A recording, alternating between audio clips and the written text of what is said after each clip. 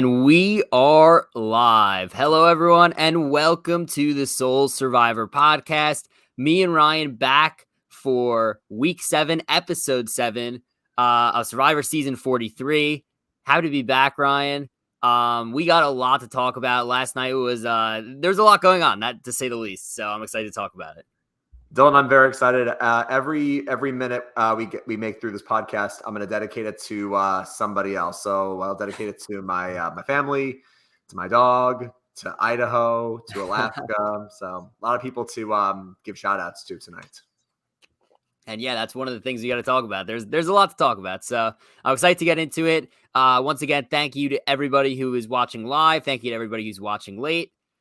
Thankful for all the viewers as always. If you're watching, like the video, subscribe to the channel, really helps us out. But let's get right into it, Ryan. Interesting episode. We had Dwight voted out, which I did not see coming at all. I don't think anybody did. And it kind of just like you were telling me, you were texting me, Ryan, you're like, it kind of just all like happened fast and we're not really exactly sure how it happened. Like we kind of got a little bit, but not everything.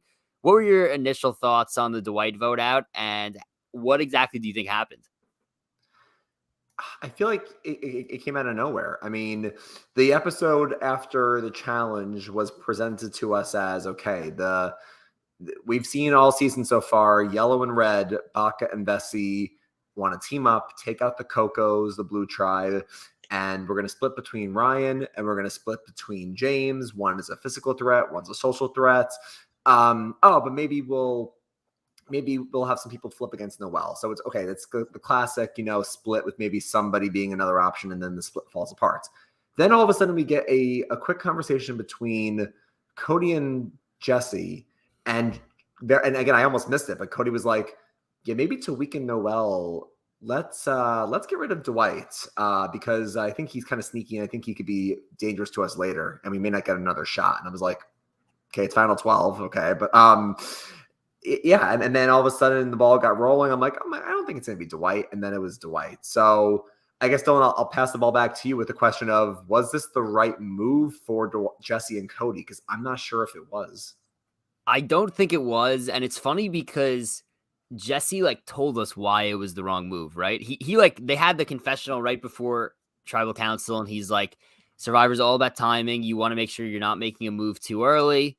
And then he made the move too early, right? It was like, this is why there was it feels like there had to be other stuff that was going on, I would think, besides that they saw Noelle gaining power and wanted to make her weaker by voting out Dwight. I don't really know if I buy that, right? Because to me, it feels like there had to be something else going on. Now, if you read Dwight's exit press, obviously this is the positive that we get from doing the podcast a day early is that all the stuff is, a day later, I should say, is that all the stuff has come out. And Dwight was kind of saying that he was a target back from when they were in the Vesti tribe and that everyone thought he was really smart, mostly Cody. And Cody kept telling everybody that he was the brains behind everything. And as a result, Dwight is the person to get voted out here. But the editors made us seem like these four were very, very tight and there was no chance they were going to break up anytime soon. So that's why I'm pretty surprised. And I think a lot of other people are really surprised at what happened. And back to, you asking about whether this is the right move. I don't really see where, I guess Jesse and Cody are now going to go with Coco, or they're going to go back to or they're going to try to go back to whatever they were doing. Maybe team up with the Baca. But I can't imagine that Noelle is going to be so inclined to work with Cody and Jesse after this. If you're Noelle, how do you trust them after this? I wouldn't. I just feel like it opens them up to some risk. And I feel like in Survivor, you have to play with some risk. It's always about calculated risk. You can't just play it safe the whole time, but you can't be always swinging for the fences in case you miss and you're in trouble. And I feel like on this vote, because as we always do, we break down the vote count. Dwight leaves 7-3-2, and the people left out of the vote, besides Dwight, of course, was Noelle, Janine, Owen, and Gabler. So basically, Noelle and all of Baca except for Sammy. Sammy did flip, and he voted out Dwight. Because we were also talking, we were saying, are Dwight and Sammy? I'm sorry, not Dwight and Sammy. Sammy and Owen seem pretty close, but they are always voting separately. And I think the exit press once again gave us some more clarity where it's like, right before Tribal, I think Dwight figured out, okay, Sammy's probably going to flip. And he knew the Cocos were going to vote against him, and they were trying to rope in Sammy to have an extra vote. I mean, granted, Dwight didn't realize that Cody and Jesse had already flipped because at that point it was way too late. But he thought, okay, well, if Sammy goes with the Cocos, they have 5. Dwight actually wanted to break up the split vote plan and throw all the votes onto James to hopefully get a tie vote at least, and then James could go home. And when he was talking to Owen right before Tribal, they got put in lockdown and said, okay, time's up, time to go to Tribal. So Owen didn't have time to change his vote, and Janine, I guess, also didn't have time to change her vote either. So that's why Sammy and Owen, again, were kind of on opposite pages. I do just feel like for Jesse and Cody, though, it's like, yes, maybe you can now work with the Cocos, but I feel like Jesse, who is a very smart player, and I think he sets himself up pretty well overall, I just feel like he's giving more power to Carla, who I think is the other powerhouse in this game, because now all it takes is for Noelle and the Bacas, and you can rope in Sammy if you want, they can just go to the Cocos and say, do you want to just get out Jesse and Cody because they kind of flipped on us, they're not trustworthy? Yeah, we can do that. I feel like it just opens them up to more risk.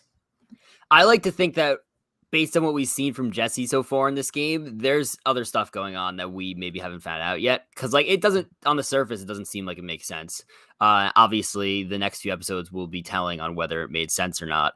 To me, it's like they had to see some kind of big threat from Dwight and Noelle that was maybe pending, because like, why do you do it now? That's like something that, in my opinion, you just keep in your back pocket and you're like, all right, we know we're going to have to do it, but we don't have to do it yet.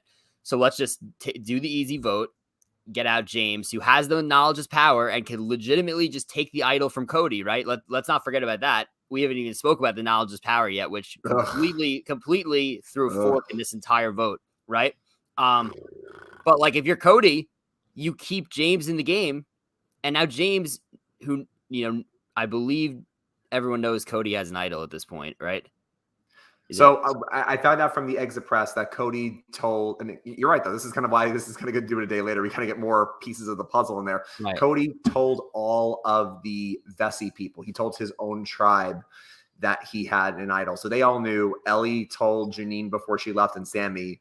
I think most of the tribe knows. I'm not sure if Carla, James, and Cassidy, I'm not sure if that contingent knows, but most of the group knows that Cody had something. And then Janine's idol is now gone. So right. And we'll get into that. I'm gonna say that it would not be difficult for James to figure out that Cody has the idol. So look, I could guarantee you that after what just happened at Tribal Council, and we'll get into this now, with Janine losing her idol because she had to shift it around for knowledge is power. And by the way, we could talk about those decisions. We will. Right. But like, now that people are seeing that Janine lost her idol because of that, are people really going to throw around advantages like that anymore? Or are they just going to keep them for themselves and just say, all right, I need to make it seem like I gave it away, but I'm not actually going to give it away or something like that. You know what I mean? Because like these players are not going to want to risk an advantage just to avoid it getting taken, if that makes sense. I don't think so, at least after what happened to Janine. To me, that would be way too nerve-wracking.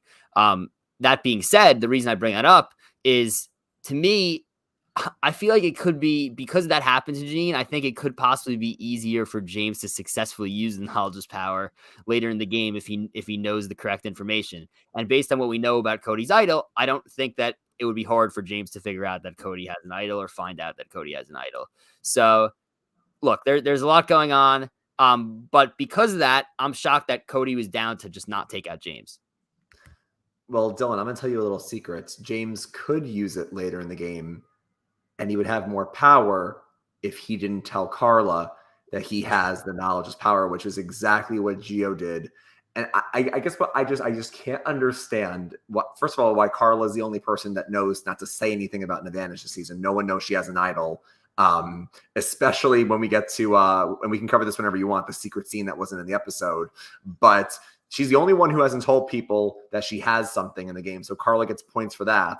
And I just feel like each season with knowledge is power, someone has said it and it has actively tanked their game. So I don't understand why people can't realize it's in the name.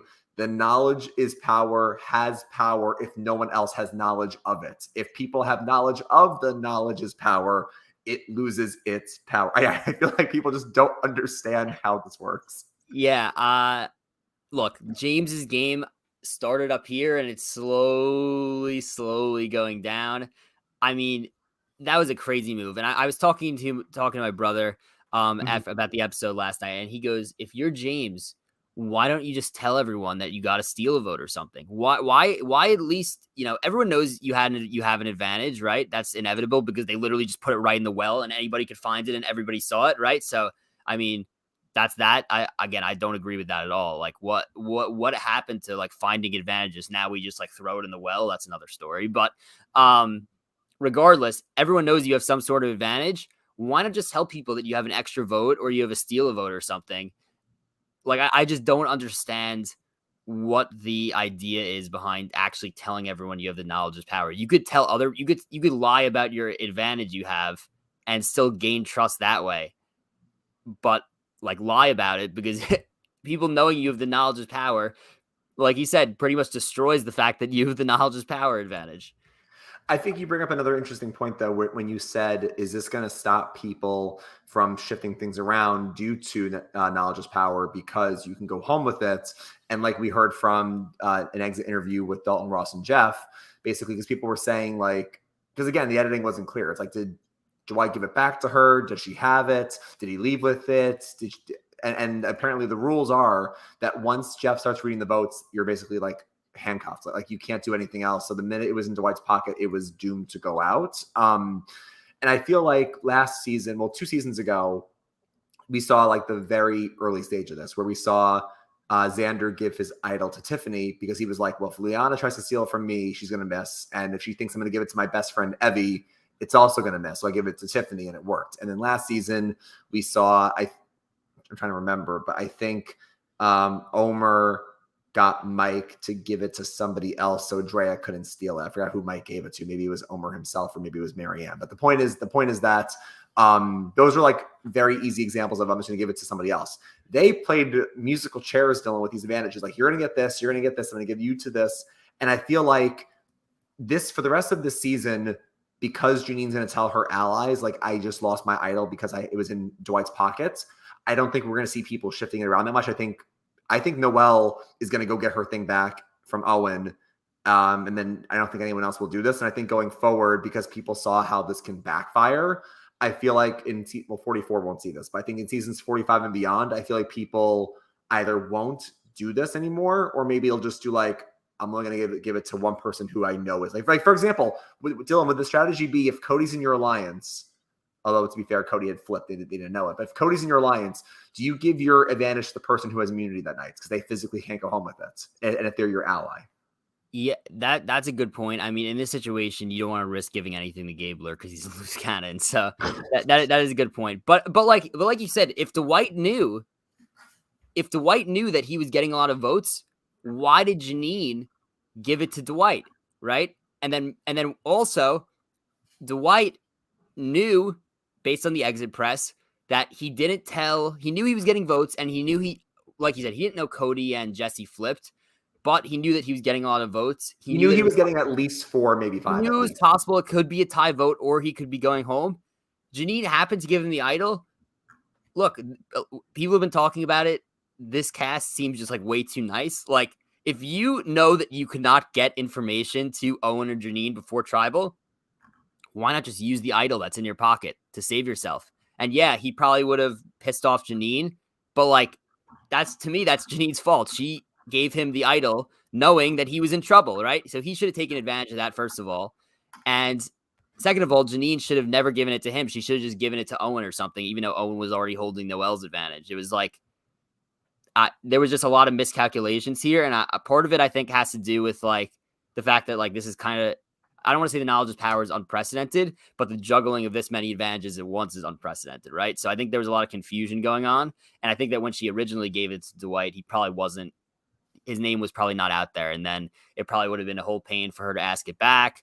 And then she was afraid that, yeah, exactly. It was all last minute, right? So when Dwight got the idol, he was probably not on the chopping block. But still, there was a lot of miscalculations here and a lot of things going on at once. Yeah, I mean, I think last thing is I just think it's tough because like we always look at this from the TV viewer perspective, and we think, well, if he knew he was getting votes, why didn't he just give it back? Why didn't they just give it to somebody else? Like that's like I think we don't realize sometimes like you lose track of time out there. You don't know when you're going to get put into lockdown. I mean, technically, when the sun's setting, you know you're going to go to tribal council, but it's like you don't have all the time in the world, and you maybe lose track of time. And I feel like it just may have been too late, too last minutes. I mean, according to Dwight, he didn't see Sammy talking to Cassidy and James until like 5 minutes before they left. So in his mind, even before Sammy went over there, he was like, all right, I have the votes regardless. It's just going to be the 4 Cocos. So I think that if he had the knowledge, he either would have played the idol for himself or he would have given it back to Janine. But I feel like it was just way too last minutes. So it's very interesting, though. Very interesting. And I almost feel like while I said that, okay, when I said earlier that it might end up being easier for James to successfully use it if people are more hesitant to trade now, right? Mm-hmm. That is true, but also like James is going to have the biggest target the rest of until he either gets rid of this advantage or theoretically he's out of the game, right? Then he's not there anymore. So there's nothing to target. But I actually think that it's possible. It would be wise to almost this is going to sound dumb, but I really think it's true. If he successfully uses the knowledge is power, let's just say at final 11 or final 10, there's still 11 or 10 people left. Okay, let's say he successfully used it, he gets the idol, then what? He's going to be targeted anyway. Like he's going to have to use the idol probably very soon after that, and then he's just vulnerable again, right? I almost feel like it would be beneficial to him to just either just say he's not using it and just burn the advantage, or just purposely use it incorrectly and just show people and try to make yourself less of a target. Because right now the target is just so big. I don't see how he's going to avoid I don't see how he's going to get rid of this target at this point. Like he's in big trouble. I just find it interesting because I mean, I still feel like he has a decent shot to win. Obviously, I think Carla's in the best spot. I think Jesse kind of gave her a bit more power tonight by strategizing with her and kind of taking out someone who I think Dwight maybe would have went for Jesse down the road, but I don't think it was going to happen anytime soon. So I think that gave Carla more power. I still think Jesse's in a good spot though. But I feel like James could still do well because he is aligned with Carla and they are in a good spot. Coco is because again, it was going to be the blue and the Baca and Bessie versus Coco. But now that yellow took a shot at each other last week and red took a shot at each other this week, I mean, it seems like the blue team, as long as they just stick together and they let blue and yellow just keep being chaotic, maybe that could help them out, honestly. Oh, you're smiling. What's up? I'm smiling because we have a perfect comment here from Jay. He said the producers may just put the knowledge's power back into the game if James just burns it, right? Right. It'll be put back. It'll be thrown back into the well or thrown under the shelter. If James gets rid of it, they'll create a new note if it's burned. The producers are just going to keep. I sent you that meme earlier of Jeff, but it's like the producers are going to just keep putting this back in until it works. It's almost like the shot in the dark where it's like. And granted, the shot in the dark hasn't played a factor at all. I mean, we haven't even heard it like mentioned this season, whereas like we saw it once in 41, saw it a couple times in 42. It's not even being brought up now. I think people just forget they have it. It's so inconsequential.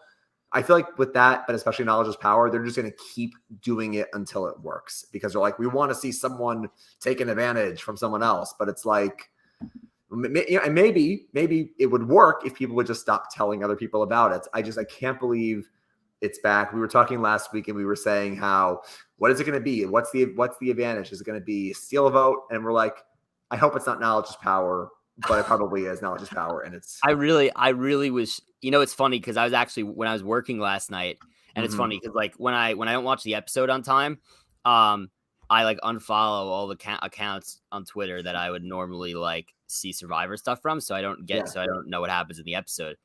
And I forgot to follow our account. I actually saw you type. Not your fault. My fault. I actually saw the only thing I saw was just from you was knowledge's power is back, and I'm like, no. I'm like sitting here like, no. But yeah, that was funny. But regardless, I cannot believe they really put that back. Come up with some other advantage at this point, and I hope that in season 45 we don't see this garbage back. I guess what I just don't understand, Dylan, is, I mean, I think, okay, last thing, and then I know we have to go through the episode chronologically, but I feel like the idea is interesting because if knowledge, it's a famous expression, is knowledge is power. It's this famous expression. And they always say that in the game of Survivor, if you have knowledge, you can do great things with your allies. You can figure out what your enemies have against you, etc., basically. But the whole problem with it is that someone's not allowed to lie. And in the game of Survivor, that's about deceit and manipulation. Handcuffing somebody so they can't lie at all is terrible. If they wanted to fix knowledge's power, which I want them just to get rid of it entirely, you can fix it by, I'm spitballing here, so stop me if it sounds terrible. If I know Cody has an idol, if I say, Cody, do you have an idol? Maybe I get an idol myself. Or maybe if Cody has an idol, it gets blocked for 1 vote. Something like that. But the fact that you can just say to somebody, do you have an idol? And they are forced to tell you the truth, and you just can take it from them and then use it. I just think that's so overpowered. Yeah. You want to have it, you got to tweak it like one of those 2 ways, or just get rid of it. Yeah, it's crazy. But let's go through the episode chronologically, because I think we do have a lot of other stuff to talk about. Mm-hmm. We kind of jump right into the episode here with Janine kind of doing damage control after she was left out of the vote. Ellie voted out, and everyone is basically telling her that she's okay. I thought she did a pretty good job here of making doing damage control and possibly making other relationships with other players. She seems like she was going to be in a good situation, and now she has her idol taken away from her. So, or I should say, I don't even want to use the words taken away because it sounds like knowledge is power, but she has her idol gone now because of Dwight. So that's unfortunate, but yeah, I think, that was good. And then we have Tree, and this is what I really want to talk about. But Tremail comes in, and it says that the players have to pair up for the challenge, the immunity challenge. This was a wrinkle that we have never seen before, and honestly, I liked it a lot. I think that the way that they did it was like anticlimactic by drawing rocks. Like I think the producers wanted some kind of big argument and like arguments to break out, and like strategy to happen, but they were like, no one wanted to do any strategy. No one wanted to pick their partner. They were all just like, I don't want to ruffle any feathers. We're just going to draw rocks. I mean, you would think the producers were like, oh my God, this is such a chaotic cast. This is like another version of Gabon. They're just going to be chaotic and say like, no, I want Ryan. No, I want Cody. Well, I want Sammy, etc. And they all, to their credit, did the smart thing, which is drawing rocks, because it strategically is a good thing where you outwardly avoid declaring who you want to partner with. I will say one more thing about this, Dylan, before we get to the challenge, is that I'm very happy that I'm very happy that currently it was used where there was no main group target. And what I mean by that is I would be a little upset if, like, let's just pretend this is Worlds Apart, right? With like Mike Holloway. And people are like, okay, well, if I get paired with Mike, I'm going to throw the challenge so he can't win immunity. So imagine if Mike doesn't win his season because it's final. Again, I know this is a made up scenario, but it's final 8, final 6. Mike no longer has his idol, and the person who he's paired with, like Shireen or Carolyn, whoever, says, well, we don't want Mike to win because Mike is the guy that we're all gunning for. Let me just throw this challenge so that way he has no shot at immunity. And I think people would have been very upset about that if someone could get like tanked in that way by somebody else where you have no impact over it.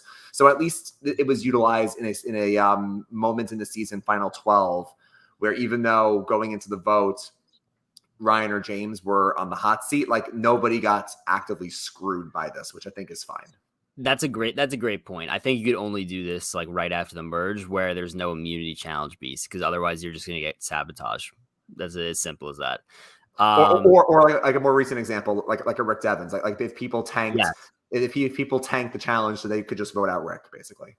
Right.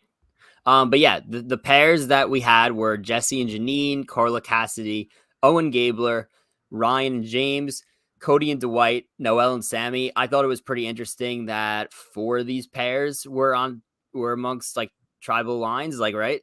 It was like that was interesting, even though they drew rocks, right? So Carla Cassidy from the same tribe, Owen and Gabler from the same tribe, Ryan and James from the same tribe, Cody and Dwight from the same tribe. That was interesting. I also thought, now let's get into the challenge aspect of it. This, in my opinion, was maybe the best challenge since season 40, I think. Best challenge of the new era in terms of like strictly challenge entertainment. Now, I know you have some criticisms of it, but like I think that in terms of the actual challenge, I think it was the best in the new era. Yeah, so I'll break it up into 2 portions. The challenge design itself and then how it was portrayed on TV. Because the challenge design, you're right, it was an amazing challenge. The fact that we had this rope tunnel, which by the way, Dylan, this may have been one of the most horrifying things I've seen on Survivor. That looked scary and it looked horrifying to be stuck in a very tight net where it's covered in mud and it gets only probably stickier and trickier as you spin in it and the mud gets kind of clumped in there. Like at the end there, Noelle and Janine couldn't even move. I like that is especially if you have like claustrophobia like that, it's got to be terrifying. So that was pretty cool but scary. Then the bridge with the planks was always fun to watch, especially when you see Carla just like drop at the end and you see Ryan and James drop their planks. And then it ends with a classic challenge where they had to hold up the bucket with like just their wrists, which we've seen a couple times. So you're right. The design of the challenge was great, but it was how it was shown on TV and how much of the episode it took up was a whole separate issue. Yeah, I mean, personally, I didn't mind it that much. I think that they could have cut out a little bit, and then this way we could have figured out some details that we didn't know about. For example, the Gabler Carla secret scene could have been in there, which we could talk about that a little bit later, but that missed it. We could have been maybe led on of how Owen and Gabler keep voting, not Owen and Gabler, Owen and Sammy keep voting separately despite them seemingly being together. I still think they are together, but they keep voting separately. We could have had some of those unanswered questions explained to us, and instead we got the challenge extra long. I still liked it. I think if they had to cut out from it, they could have cut out a lot of the motivational stuff in the middle of it. So, like, for example, I have been adamant on this podcast how amazing Noelle is. She's incredible. The fact that she's even doing these challenges is unbelievable. I think they could have cut it off right after like the moment between her and Sammy. I don't think they needed to make like a whole like, all right, let's circle around and talk for like 5 minutes after in between the middle of the challenge, right? I think we like got enough from them helping her out. They could have just cut it off right after that. Instead of like Jeff talking to them for like 3 minutes. That wasted like a good 3 minutes, right? Yeah, if you want to talk before I continue. It was Dylan. It was just so long because we got to the challenge. And I know we both like the challenges, but I also want to see a lot of the camp life, especially with the secret scenes and whatnot. But we got to the challenge at 8:10. We didn't get back to camp until at least 8:35, maybe 8:40. It took so much of the episode. And not only did it take a long time with the whole Noelle and Sammy thing, then we went to commercial, had to come back from commercial, re-explain how the rest of the challenge worked in case people forgot within 5 minutes how the challenge worked, and then had to go through a whole motivational thing. Cody saying I have to avenge my high school wrestling loss, and Gabler sharing a million things, and like, oh, my family inspires me. Oh, but Noelle inspires me too. Like it took so long. And I think you're right, where it was a cool challenge. The twist of pairs was a new fun twist. I would have just preferred it took up much less of the episode. Yeah, I think that's fair. But while I think that what you're saying is fair and true as well, I also think that the Gabler stuff later in this challenge was like amazing stuff. It was literally like everyone was tweeting it and it was the obvious comparison, but this was Christian in season 37 winning the challenge. Like this is what it was. And I think that's why they focus so much on it. Another thing is like, and I've heard some people talking about this, but I thought that this was a good way to like, show a little bit of backstory. And again, we've been talking about how, we don't love the backstories. I don't mind it, but it was like they went very, very, very overboard with it at the very beginning, and now it's been a few weeks off. This was like we kind of got a backstory while like he was saying it out loud at the challenge. So like it made sense to kind of tell us the backstory, I think. But then we got back to camp, and then they gave us the backstory again. Right, so I right. feel like we had 2 or 3 weeks off from it, and I was like, oh my God, this is like classic Survivor. Last week was great. Lindsay's vote was great. And then we kind of just went a little bit back into it. So I see your point. I think in some ways it was good, but in some ways it could have been different, I feel like. Yeah, I thought it was a great moment. Obviously, I again, I mean, I don't want to count him out, but that's going to be probably Gabler's like big moment of the season. I thought that was awesome to see, and it was a cool like like he was being dragged around by Ellie, and a lot of people were like not treating him well, and for him to like recover like that, and like I think he definitely gained a lot of respect from everybody else out there after doing that challenge. I mean, doing that challenge for 39 minutes and beating Cody, who's younger than you, a lot younger than you, and you're 51 years old, that was impressive. So hats off to Gabler for that. I mean, it's tough. I mean, again, I'm not sure how much Gabler weighs, but it's like it's 25. I'm just doing some math for myself. Like it's 25% of your body weight. So, I mean, especially when you have no food and you're on very little sleep out there, these challenges are hard enough themselves. But for you to hold, like you just said, with only your wrists, so you're not like lifting like a free weight. Like you're literally holding onto a metal pole in the hot sun with your wrists, but it's 25% of your body weight. So that's really brutal. So I have to, even though we give Gabler a lot of flack, I have to give him credit for not just winning, but doing it for like 39, however many minutes it was. Yeah. And I think now is like the perfect time. Let's talk quickly about the secret scene that came out today. And actually Carla tweeted it out, right? This is a question that this is the second straight week we've been asking it, and it hasn't been answered because I said on this podcast, I believe I said it 2 weeks ago. I said, theoretically at the merge, it should be so easy for everybody to figure out who has the idol on blue. Right? Even though that Carla didn't tell anyone, they get that the other people in the other tribes could go up to them and say, "Oh, this is how you get the idol. Who gave you who'd you give the beads to?" Right? And it would have been easy. Now we find out from the secret scene between Carla and Gabler that apparently, Carla spun it that Lindsay was the one that was collecting beads, and Lindsay got voted out with an idol in her pocket, which I thought was very interesting, right? The only way that this works, in my opinion, is if Lindsay was actually also collecting beads. So she must have been like, I think Carla explained in her confessional that like Lindsay was like doing a bunch of stuff with the beads throughout the time in the game. So if she actually happened to be working with beads a lot, then that was a genius move because, right, it was like now everyone on blue is going to be like, oh yeah, Lindsay was working with beads a lot. It makes sense, right? I think this is genius. I'm waiting. You would think that this would be explained, right? Because like nobody knows Carla has the idol. At least we don't think. You would think that they would tell us why, and meanwhile we have to go to Twitter to see that scene. It was pretty crazy. I'm shocked that they did not put that in last night. I mean, this is just criminal. I mean, this almost feels like malpractice. I feel like, how do you not include this scene? I don't know if Carla is our winner or if she's not our winner. Maybe she's like the final four boss or whatever.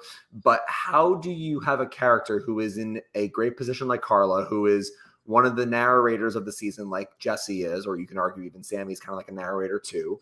But how do you have somebody who's a big player in the game and not show this moment that answers questions that you and I were asking weeks ago? To your credit, you asked this question a few weeks ago, and it makes perfect sense. Carla did the right strategic thing. She put the blame on somebody who can't defend themselves in Lindsay because they're no longer there. And like you said, if there's any truth to this, if there's any truth that Lindsay did arts and crafts or Lindsay did anything with the beads, all she has to do, if James, Cassidy, or Ryan hear about this, is just say, yeah, you remember she had the beads? I mean, like, she told me before tribal that she was like making a necklace, whatever. Like, it's so easy to put the blame onto Lindsay. Now Gabler's going to go back and tell Janine and Sammy and Owen, like, you know how Janine had lost her idol, or how Cody has his bead idol? Well, Lindsay had theirs and it went out. So it's so genius, and I can't believe they didn't show this. And I feel like this season, Dylan, before we continue with the rest of the episode, the editing, and people are saying this on Twitter, the editing just feels a little bit off and they're not sure what it is. Like 41, we got on their case because the editing wasn't great and we didn't know how Erica won. Last season with 42 was a lot better with the editing. This almost feels like in the middle where there are some things that are really good, but there are things that just don't make sense. Like Dwight's thing felt like a very last minute thing. We never saw how Cody was gunning for Dwight from the beginning. Even though Dwight and Noelle were close after the Justine vote, apparently they were besties from day one, and people saw how close they were, which is another reason why they wanted to split them up. There's a lot of stuff that's not explained, and even things that I think can matter. Like, for example, I've now seen 2 secret scenes of Ryan being Roxroy, where Ryan just goes out and fishes. He does camp stuff. He isolates himself.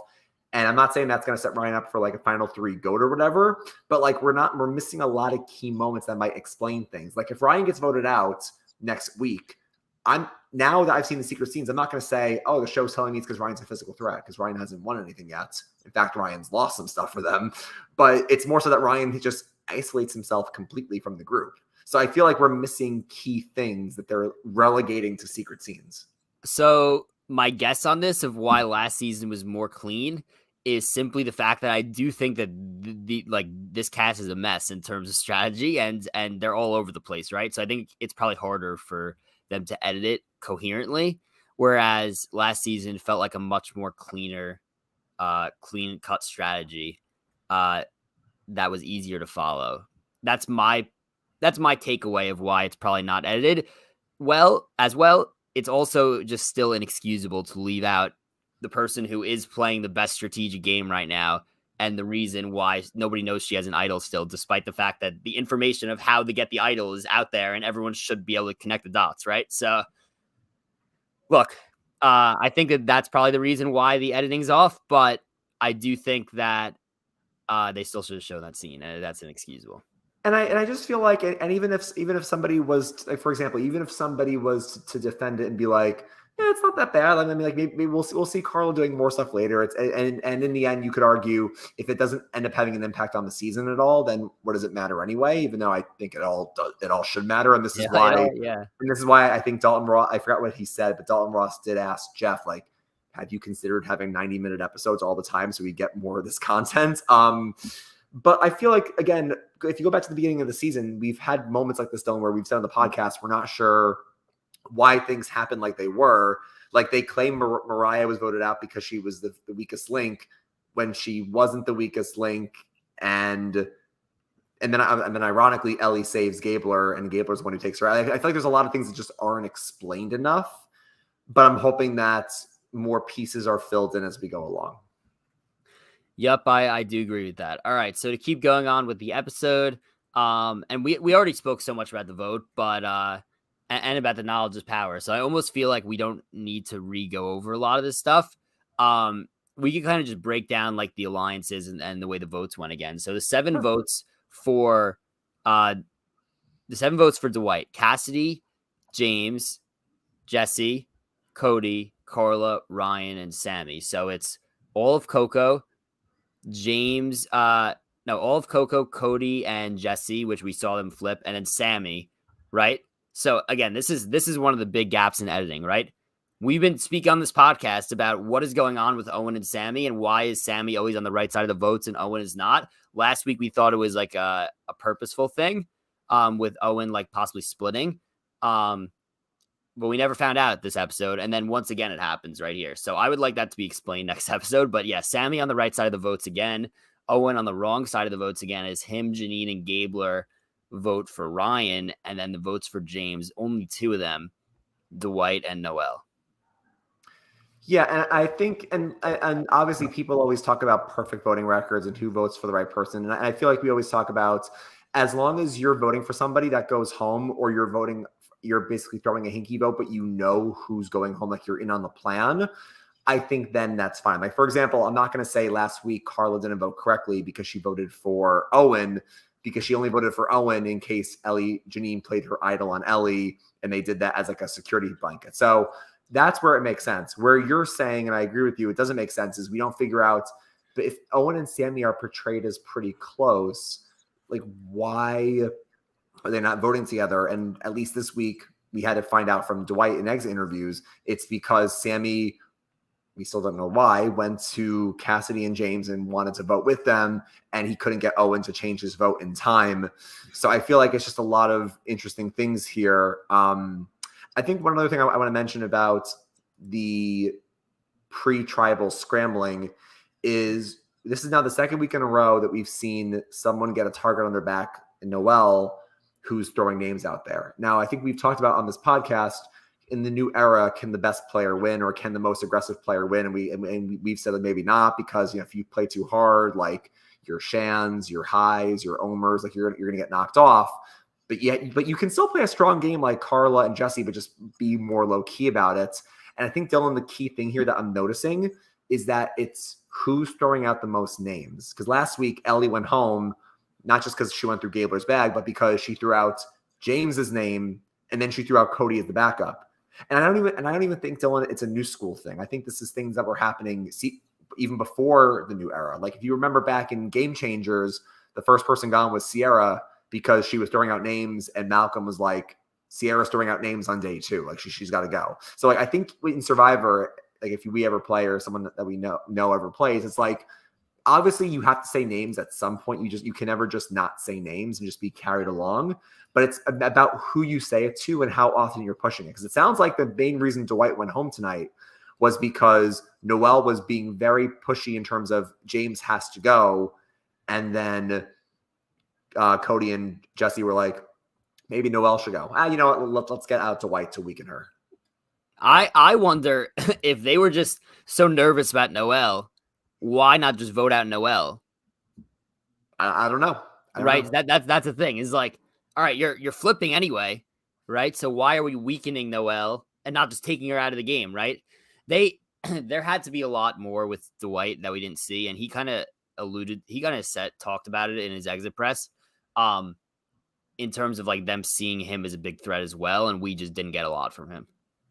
Yeah, I mean, I think what we didn't see was from day 1 or 2, Cody calling Dwight to his face and to other people like a mastermind, like a strategist. He goes over to the camp raid. He tells all of Coco that Dwight's the strategist. So right away, Dwight came into the merge in a very precarious position. And yeah, I've never understood that. I understand when someone has an idol or immunity, you want to take out their closest ally to weaken them. That makes sense. But when you can vote out Noelle, I don't understand why you don't just do it. I will give Jesse some credit, though, Dylan, because whether or not it was the right move for Cody and Jesse to flip, and we'll see if it really hurts them next week, Jesse obviously knows the game very well. Jesse knows voting strategies. He clearly has a good mind for the game. And I say that because if you caught what he said in confessional, he's like, I would prefer Noelle go, but I want Cody to feel like he has some agency in the game. And if he feels like he has a big enough say, then that's good for me, because then he won't want to turn against me, or maybe we can work together, or people will go after him instead of me. It's kind of like in San Juan del Sur when Missy used to talk about, like, getting in the back seat, letting someone else drive. Like, it's like you don't need to be the one driving the car, but you need to be the one in the passenger seat or the back telling them where to go. So it's like, I think with Jesse, it's a good thing that he was like, I think if Jesse wanted Noelle gone, he would have made it happen. But I think because Cody was like, nah, I want Dwight gone, I think Jesse was like, all right, let him think he has some agency.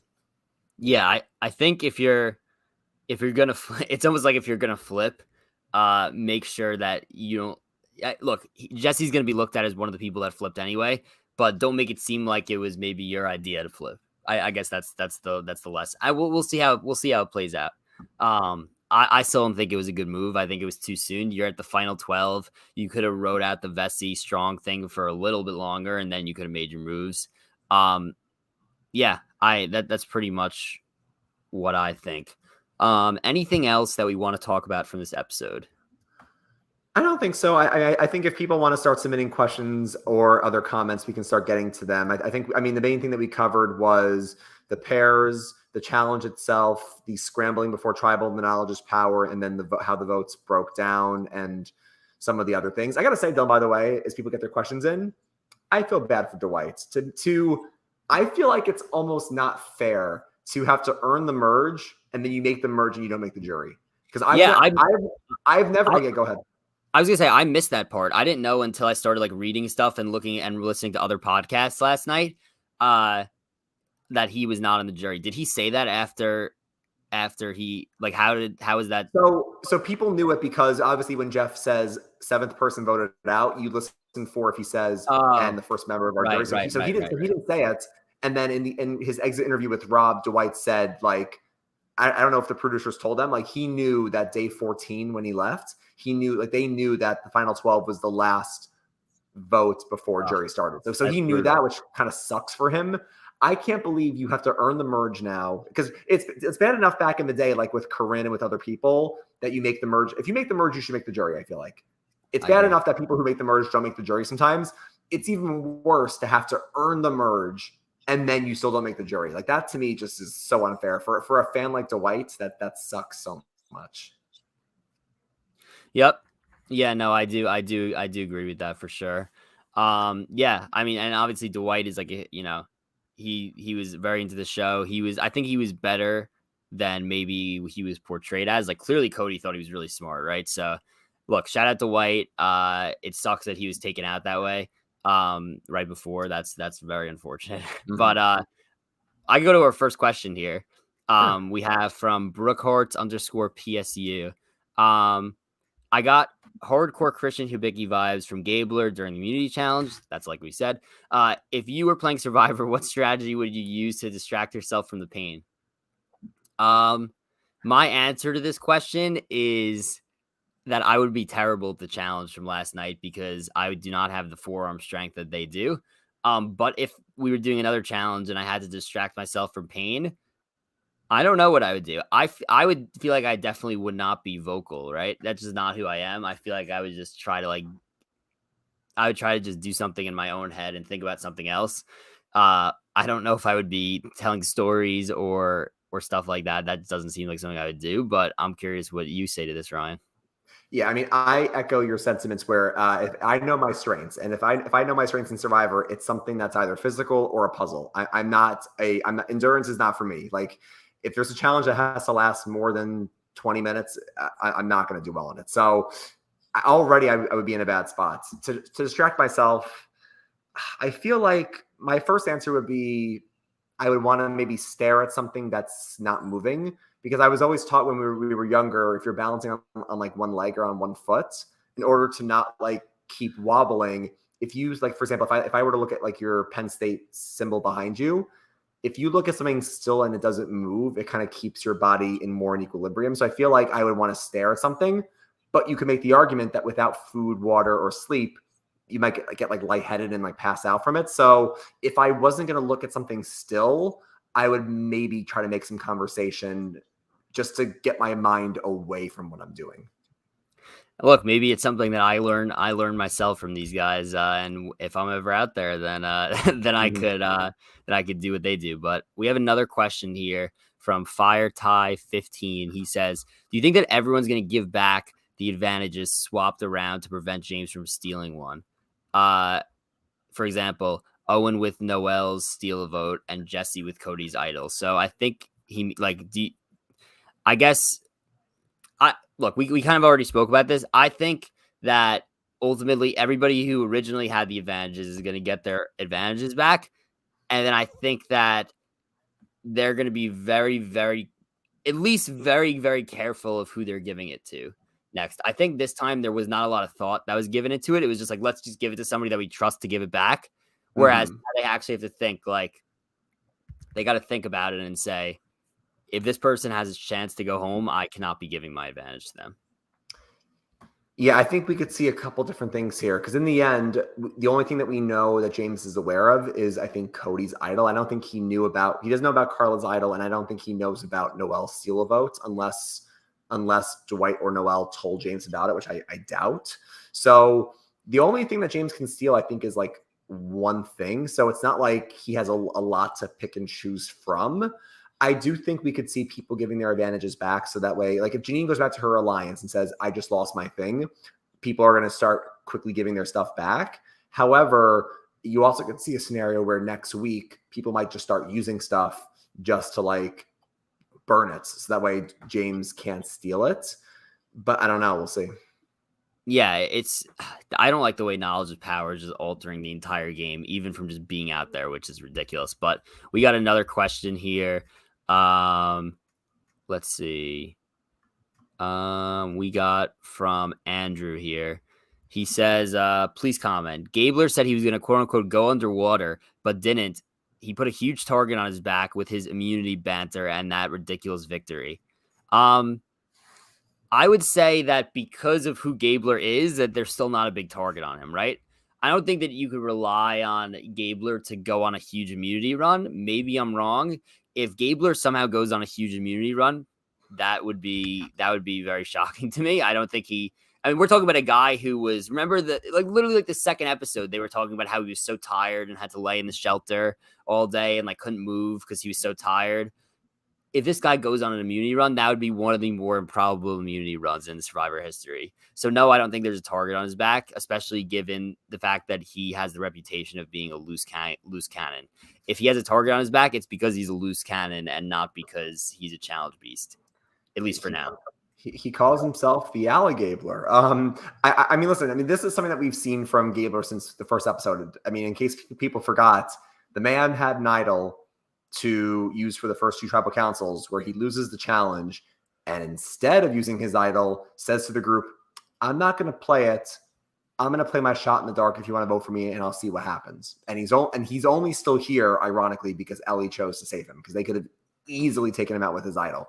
So am I surprised that Gabler went underwater and then won immunity? No, I'm not. This is who Gabler is. Gabler is somebody who is like all or nothing. Basically, he's either doing nothing or he's doing way too much. And I feel like Gabler is somebody who, and we've talked about this before, like, is Gabler go, like, how far will Gabler go? And I feel like, what's it called? I feel like there's different thresholds. Like if Gabler survived the pre-merge, I said like you can pencil him in to do pretty well. And I feel like now in the early merge, because he's kind of been a little bit messy, I feel like if he survives until final 9 or 8, if he survives the next couple votes, I think you pencil him in for the finale. I'm not saying he'll be like the final 3 goats, but I think if he survives another week or 2, pencil him in for final 5. Because once a player like that passes a certain threshold, you can just slate them for later. Because it's like, why would you want to waste a vote getting rid of Gabler when the tribe thinks that Jesse's a threat? They think Ryan's a threat. Well, yeah. My take on it is that you could still vote out Gabler because you don't want him blowing up your game. So if you're Owen and you're describing him as a loose cannon, you don't want on the off chance Gabler just having some crazy vendetta against you like he did against Ellie. And even though maybe it's not, maybe Gabler shouldn't be that mad at somebody, but once he does get that mad at somebody, he's going to be going all out to get them out. And I think that him just being a loose cannon, like you don't want a guy who could possibly blow up your game in the game, right? So I think that I don't think he's a lock for final 3 if he gets past a certain point. I think it depends on his character and how he acts the next few episodes. I agree. We got another question from Ohio State for the win. Just saw the stream was on. Do you think Janine actually got the idol back from Dwight and we will see a flashback next episode? Not sure if someone already asked. So we talked about this earlier. It was confirmed by Dwight and by Dalton Ross that Dwight went home with Janine's idol in his pocket. And the reason is because once Jeff starts reading the votes, they can no longer pass things back and forth or get up or talk. Like once he says, now's your time to do so, that's your last call. So even though people were speculating, is there a chance that Janine got it back? She never got it back. So the idol is dead. And I think because it's tied to the whole beat stuff, I don't think it's going to get replanted. Oh, wait, whoops. At the same time, we both clicked it at the same time. All right. We have a question here from Jay. He says, do you guys think that if Knowledge's power fails this season going forward, they're going to maybe force the holder of the Knowledge's power to not tell somebody about it, or else it becomes null and void and it will lose his power? Well, I think that's like, so people like you were saying, Ryan, you and me, we have a problem that you quote unquote can't lie. Cause like Survivor's all about like, not, there's lies told in Survivor like every minute. Right. So like to tell somebody you can't lie, it just feels like breaking the system a little bit and like having too much control over the game. Now, if you take that a step further and tell people that they can't tell anyone about it. Now it's like you're really, really forcing it, right? Look, the knowledge of power should not be a thing in season 45. And if it truly fails in 43, then it shouldn't even be a thing in 44. I know that, obviously they didn't have time to they didn't have a lot of time between seasons, but like if you see that it fails for a third straight time, the fact that they would even put it in 44 is mind-boggling. We obviously don't know what the result is of knowledge of power in this season, but who knows what happens with it. I say just get rid of it, even if it works this season. It's ridiculous. It's forcing people to throw advantages around. It's forcing people to lose advantages, and that's just not. And lose advantages in terms of just like flush them out of the game, not like give it to somebody else. So I think it's a big problem. I mean, look, burn it, throw it in the ocean, do whatever. All I'm going to say that you already covered it, Dylan. It's not great, and it would be even worse if they force people not to talk about it. That's where you get into Big Brother territory, because that's where in Big Brother they want to see twists and stuff used. So they say to the people, you cannot tell anyone about this. If you tell someone about this, it is now gone, and we take it away from you. And that just basically forces people to make sure these twists happen. So no, it's bad enough that people can't lie, but if they start saying this to John Smith next season, you get this, you tell anyone about it, then they're just forcing it to happen. So, all right. We have a question from Jay here again. He says, also, do you guys think that Janine's idol will be rehidden since it left the game without being played, just like they did Gio's knowledge is power? And my answer to that will be, if Gio's knowledge is power was rehidden, yes, the idol will be rehidden. See, here's the question though. I think, if the question is, can an idol be rehidden? I think it can. The only thing is that this one can't come back because it's tied to the beads. So I don't think this one specifically would come back. And I also am trying to, what's up? Because it's the beads, I don't think it would be specific. I think that an idol will be rehidden, possibly. Well, I'm trying to think in seasons 41 and 42, when we had the secret phrases idols, once like Nasir left, or once well, Marianne and Mike both made final three. Who had the other one last season? That was What's it again?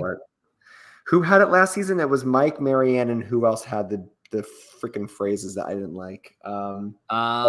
Drea. Like basically, I think once an idol left, I don't think in the new era they've rehidden it, but I could be wrong. Okay. Yeah, that's an interesting point. So Ohio State for the win wants to know, do you guys know who is the previous record holder of 25 minutes for the final part of that immunity challenge? It was impressive that Gabler and Cody shattered that record. I was trying to figure it out. I don't know who it was. Do you know who it was? I only have one of two guesses because I've only seen this challenge twice that I can remember, in Philippines and in Worlds Apart. And Mike won that in Worlds Apart, and then I think Carter won it in Philippines. So it's either Carter or it's Mike. It's one of the two. That sounds correct. All right. I think that's all we got. Actually, I think Jay just answered your question. So I forgot, just because there's too much to remember, that Marianne did find an idol again after playing hers at the final 10. So I stand corrected that in the new era, idols can be rehidden as the producers see fit. So yes, Dylan, you're right, that there's a chance that if Knowledge is Power came back, Janine's idol may come back in some other form. Yeah, I think so. Yeah. All right. But I think that's all we got for tonight. Great podcast, Ryan. I'm excited to, be back every Thursday. It'll be Thursday again next week, probably around 7:00 again. If anything changes, we'll let you guys know. And yeah, anything else you have to add? I don't think I have anything else, but I'm looking forward to the rest of the season for sure. Yeah, all I'll say to end off is that I'm still enjoying the season. Obviously, we're kind of nitpicking at times, kind of just figuring out, what could be tweaked for the future of the show. But I feel like overall the it's still a good season so far. Some weird editing choices, but I am still enjoying it. For sure. All right. All right. Like always, right? So grab your torches and head back to camp. Good night.